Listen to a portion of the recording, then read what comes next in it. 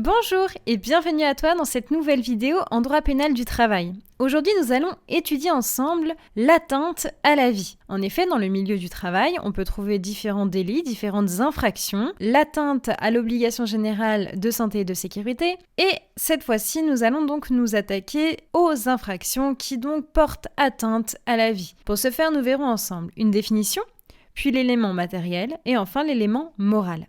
Surtout, n'oublie pas de t'abonner à ma chaîne YouTube et de liker cette vidéo pour me soutenir. Et c'est parti!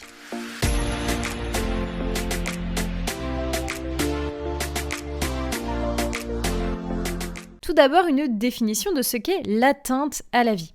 C'est pas très compliqué, je te renvoie ici à l'article 221-6 du Code pénal qui nous pose la définition de ce qu'est l'atteinte à la vie d'une personne ou encore à son intégrité physique. Ici, tu peux noter que la personne, donc c'est-à-dire l'auteur de l'acte, savait ce qu'elle faisait. Pour autant, elle ne souhaitait pas forcément le résultat pénal. Ici, le résultat pénal, c'est le décès donc de la personne. Ici, tu peux noter donc que l'on est face et on va traiter l'homicide involontaire. Alors, l'élément matériel de l'homicide involontaire.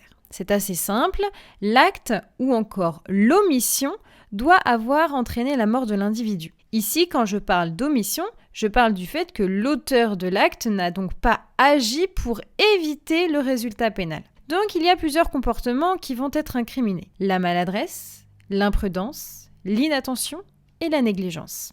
Ici, les juges vont se poser la question de savoir si la personne, si l'auteur de l'acte ou de l'omission a agi comme une personne raisonnable. Avant, on utilisait le terme de bon père de famille. En termes de violation, il faut justifier donc une violation d'une obligation de sécurité ou de prudence. C'est finalement très simple. Ensuite, l'élément moral. Ici, il suffit de prouver que la personne a violé une obligation précisée dans un texte légal ou réglementaire. Il y a délit. Et ce, même si la personne n'avait pas voulu atteindre le résultat pénal.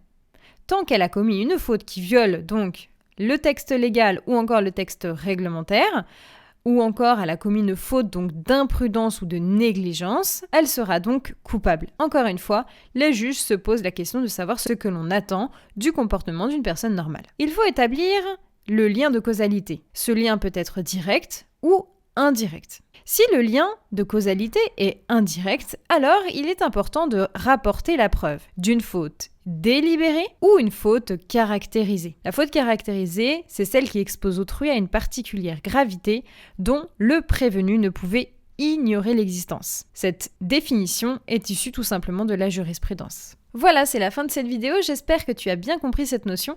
En tout cas, n'hésite pas à t'abonner à ma chaîne YouTube, à liker cette vidéo, mais également à me rejoindre sur mes réseaux sociaux, Instagram et TikTok. À bientôt!